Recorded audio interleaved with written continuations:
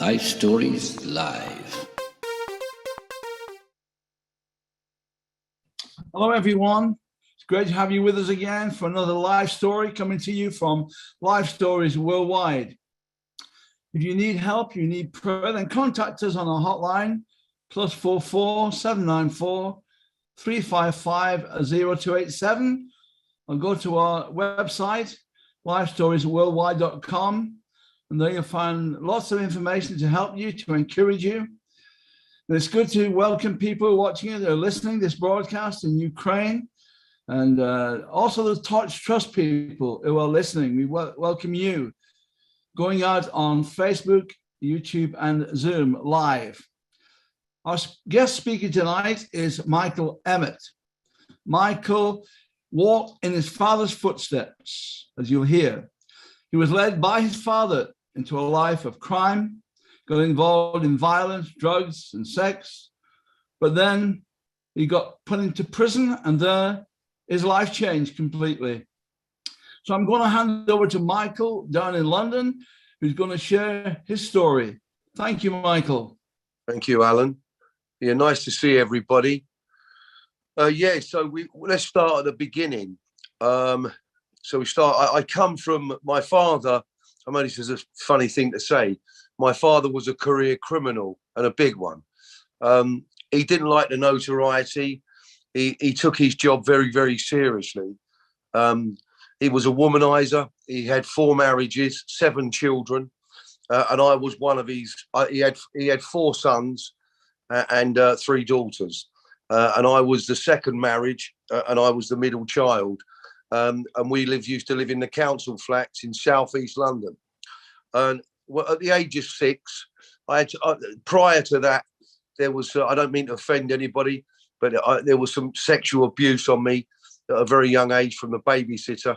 And I believe as I got older, I learned that manifestation affected my relationships with women, especially when my mother was such a beautiful soul. So as a young boy, my sort of view of women was very distorted, from a beautiful mother, from a child molester. Bless her, may God bless her. And so I grew up, I was hit early days with the claw of something that wasn't very nice. And I remember being sort of a funny child. I used to rage a lot. My father was very, very intelligent. And my brother and sister sort of got that from him. I got his criminal activities. My mother was just a very good South London woman, very old-fashioned, false eyelashes, bouffant hair, spoke with a Cockney accent, but she was a beauty. She was definitely a very angelic woman. So there was the yin and yang in my family at very early days. My father was a full-on criminal. He was a violent man, not to us.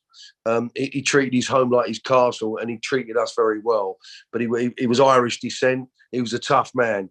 When we moved out to Surrey, I was at the tender age of 6. We went down there. We were sort of, I don't know if anyone remembers the Clampets. It was a show in America. Anyway, it doesn't matter about the Clampets, but so we was unusual. We went to a very suburbia place.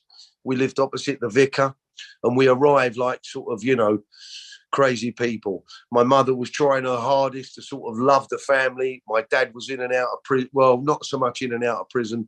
Early days, he had a few prison sort of sentences, but, a number of times our door got kicked in by armed cops.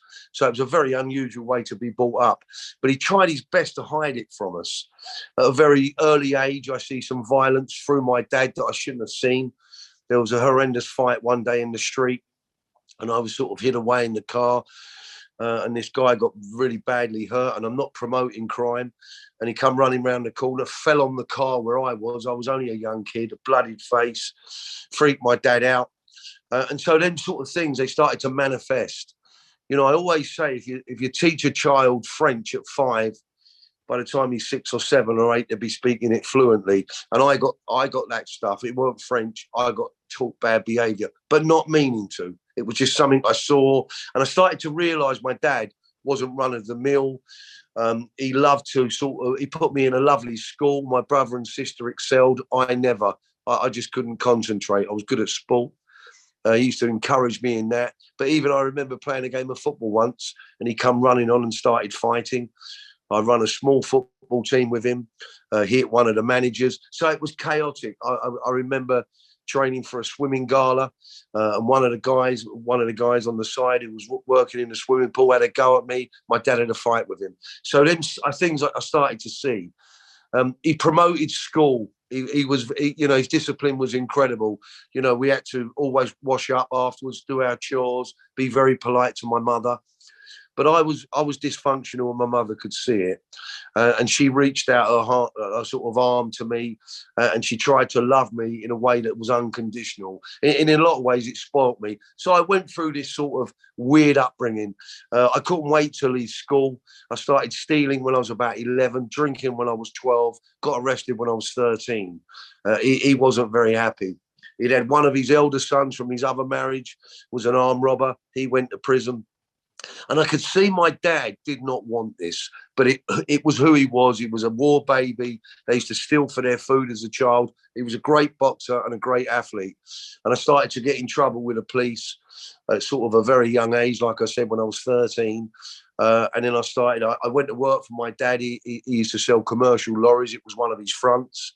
And then I started to see all the sort of fraternity of London gangsters used to come up and see my dad. I don't know if anyone knows I didn't meet the Crays then, but the Richardsons, Frankie Fraser, Freddie Foreman, they was all top echelon sort of London villains, gangsters. I don't like that word, gangster.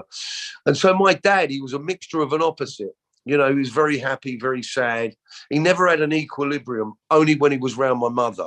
And she used to cover up for him. She was his backbone. Without my mum, he couldn't survive, my dad. And he was sadly, he was very well respected on the streets of London, known by all the top criminals. And so eventually I went to work and started messing about with lorries, but then I gravitated to crime. I first went to prison.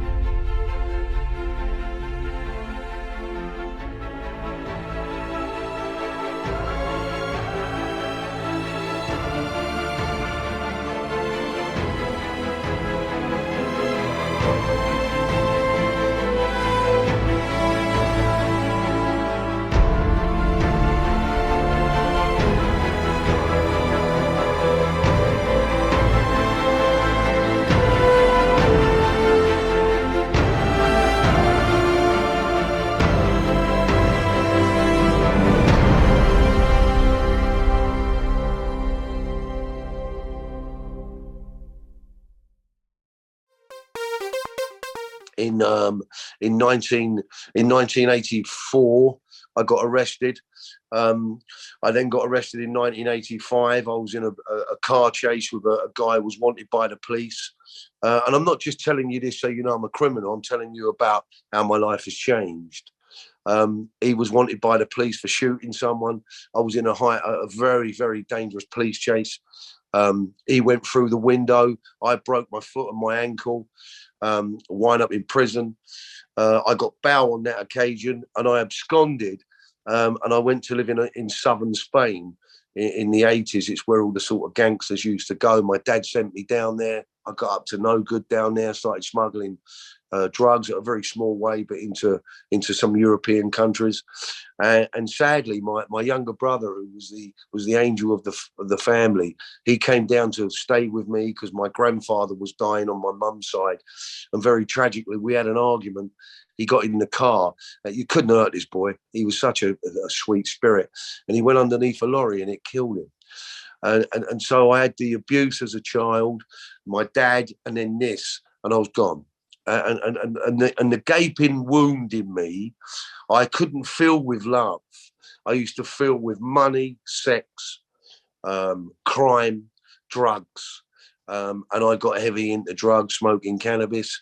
But the worst thing that I was doing was drinking copious amounts of alcohol and taking lots of cocaine. And eventually, after all this trouble, I came back to England. I went to court when I absconded, and fortunate for me, I got a few not guilties, and the sentence was only small. And I was in prison in the late 80s, and I knew that something wasn't right. But funny enough, I went into the church in the prisons, but I went to sort of get out of the way, and I wasn't going there to find God. I always had a belief in God because my grandmother on my mother's side was a staunch Catholic, bless her heart. And in her bedroom, there was like water from Lourdes.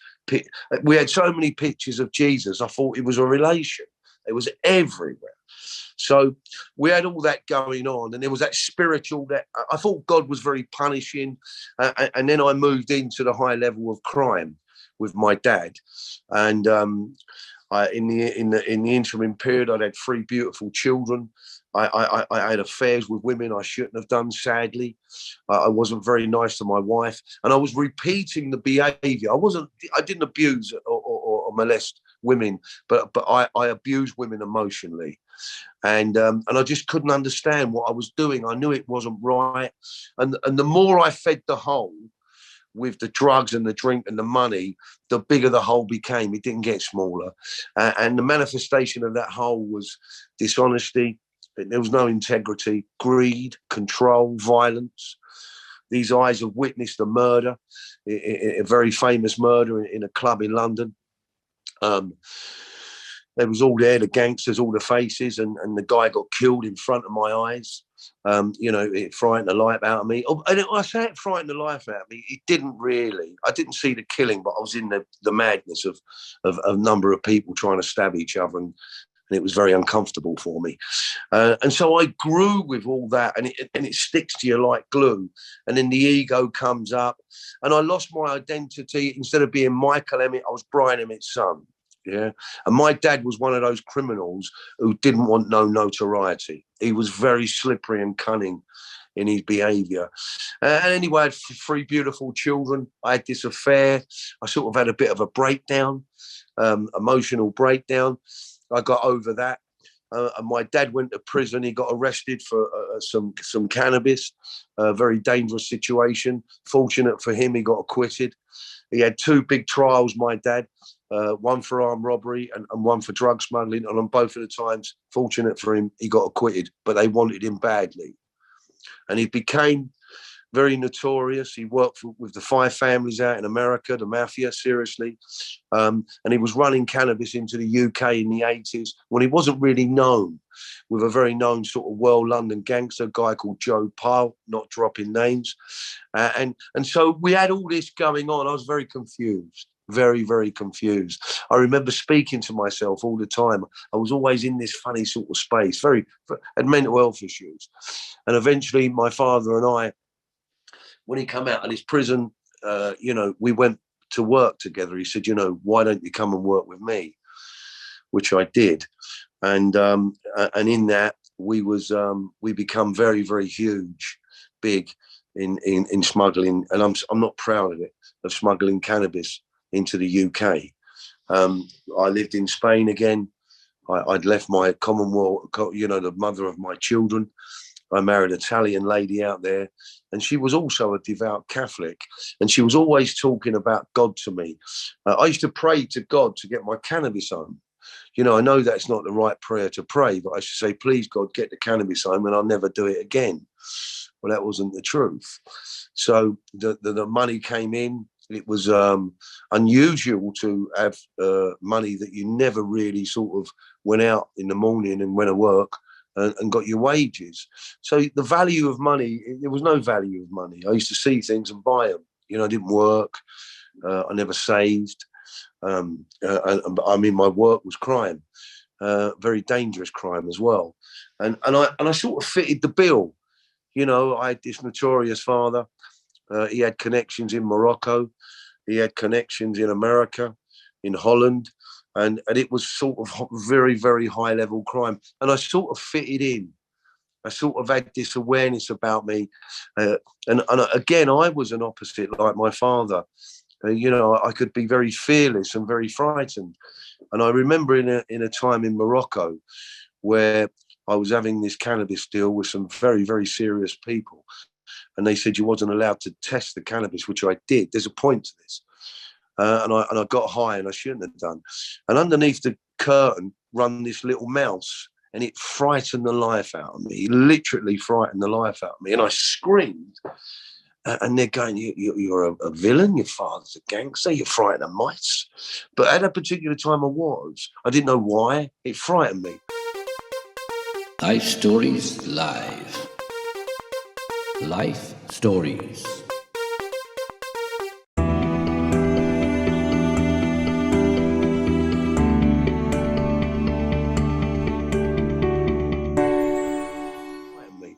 And there's a flip side to that story, that as I progressed into the crime and doing what I was doing in 1993 in a place called Bideford in North Devon, I was arrested for what was the largest importation of cannabis into this country, and I was arrested at gunpoint. And prior to that arrest, I was in this place with lots of people. It was lots of us doing it. We brought it in by sea. They said we'd failed an attempt prior to that with 10 ton of it in the Bristol Channel. So the observations on me, there was everywhere. I got very well known to the authorities, mainly through my dad as well. But for some unknown reason, because of my size, a few scars, my voice, they didn't realise I was a broken, abused child. They thought I was the son of a London gangster. And as much as I was that, my identity was very confusing for me. So when I came over this bridge in Bideford, it's where my old life ended and my new life began. There was night sights, point of these red nights. So it looked like I had measles. And they was screaming out my name on this megaphone, Michael Emmett, get out the car and put your hands on your head. And I weren't having none of it. So the frightened boy from the mouse, he wasn't available. This man was up for it. Not that I'm saying I'm not frightened of guns, but I was up for it. The adrenaline buzz. The police came, they started pistol whipping. There was 17 of us arrested. I was the last one to be arrested. I was screaming and shouting. I wasn't having it, but I couldn't go anywhere. There was guns everywhere, but I just wasn't having it. And the bizarre thing was that they got a little bit frightened, and I could see they were frightened of me. And they had this sort of image of me, which wasn't true. And I just reacted like I was on it. Excuse me. And when they finally got me, they beat me to the floor, bashed me around. That's part of the course. And they handcuffed me. And I remember it was November the 7th, and it was a very windy night. And I looked up to the heavens, and I could see the moon, and the clouds were bristling. So every now and again, I'd see the moon, it would disappear. And I remember staring up to heaven, and all I could think about was my 3 children. The noise had gone. It was surreal. I wasn't really focused on what they was doing. I didn't give a monkey's what they was doing. And the copper, this policeman, Customs and Excise, I was their trophy. Yeah, they'd got me. And he had a gun pointed at my face. This is true. Yeah. And I wasn't frightened like I was of the mice, but he said to me, a penny for your faults. And then the opposite came in, the emotional, broken child. And there was tears coming out of my eyes, and he looked at me and he went, a penny for your faults. I can't say what I said to him, but I swore at him. And I just said, my 3 children. And he said, what? I said, my 3 children. That's all I could think about with my kids. And it was all surreal to me. And I went down into the police station. They was looking for my dad very seriously. They got my dad, and we got arrested, and we got sent. We got 12.5 years and a £3 million fine, or do another 6 years. So potentially I was doing 18 years in prison. And I remember this guy come up to my cell one day, and it was all notoriety. It was all that sort of infamous nonsense. That your ego, it's another mask. I learned how to talk to anyone, to the Queen, to the King, to the pauper, to the gangster, to the guy. I was never the same person. I used to pick the mask up, and I would people please. I would be who you wanted me to be at any given time. But the installation of love that God had given me by my 3 children what kept me sane. Yeah, it kept me sane. I absolutely adored them, and I still do today. But I couldn't connect. I didn't understand love language. All I had, this brain, I believe, was given to us for practical reasons, to learn and to educate ourselves. And it thinks. But when you put emotion in the brain, it doesn't deal with emotion. The only way we can deal with emotion is from our heart. And we have to have a clean heart. Yeah. And for me, the quest that I went on to find my sanity was to connect my head to my heart, because it was never connected. I was connected to their copious amounts of drugs to change the way I feel, ego, pride. But when I was on my own, I used to think, God, if only they knew. And there's a lot of people like me. I was a raving addict. And the turning point for me was this. I'd married a different lady, an Italian lady called Daniela. We had a restaurant down in Marbella, and she was friends with with Samantha Fox, the Praise Freeze girl, who became a Christian at the church I went to. And she came down and she visited me. We'd done some charity work, and she started to tell me about her faith. And I didn't like the word born again Christian. I didn't like religion. I didn't like any of it. But what I did love was love and peace and joy and happiness. And I couldn't obtain it.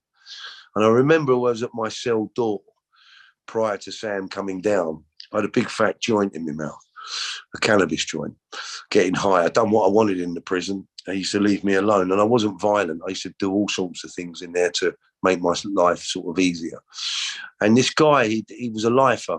And he'd been in prison for 22 years. And 20 years of them, he'd been in recovery. He was a recovering alcoholic.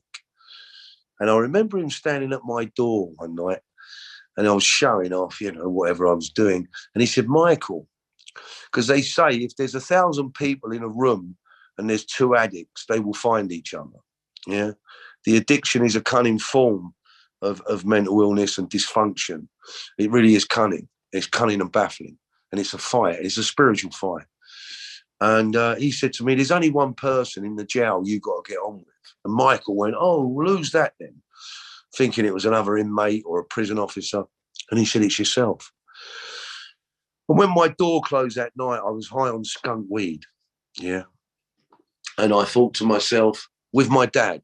And my dad was one of the biggest cannabis smugglers into the UK, but he'd never used cannabis. And we was in a cell together. Imagine being in a cell with your dad. It was bizarre. And he started smoking cannabis with me. It was bizarre. He used to frighten me a little bit. And he was an Irishman. He used to get up and sing Irish rebel songs at the window. And I don't want to get political or religious or anything like that. He became an artist. And that night, when the guy said it to me, I had a panic attack. And it was an out-of-body experience that really, really did frighten me. And I thought I was losing my marbles. And I remember sitting there, I went white. And my dad said, what's wrong with you? I said, no, I'm all right. And I remember counting the bricks. And there's a lot of bricks in a prison cell. LifeStories Live.